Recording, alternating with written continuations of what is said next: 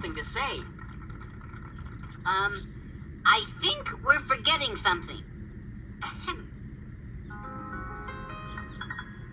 The Lord hath given this land to us, no need to fuss. He knows what he's doing. We know that he will take care of us if we will follow him. Now everyone, sing together.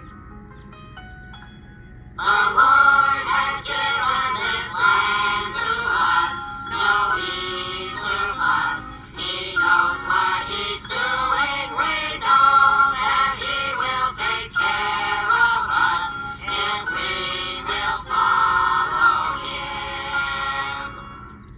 As your new leader, I think we should try doing it God's way first. Well, God's way still sounded kind of funny, but the Israelites agreed to give it a try. Wait! Don't you see what you're doing? God gave you directions and you're ignoring them. Don't you remember what happened when you're supposed to go into the promised land, but you got scared and ran away instead?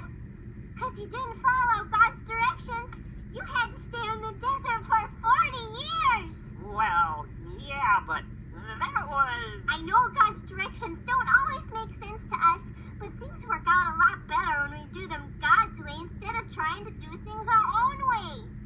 It didn't make sense when God told you to walk right through the Red Sea, but what happened?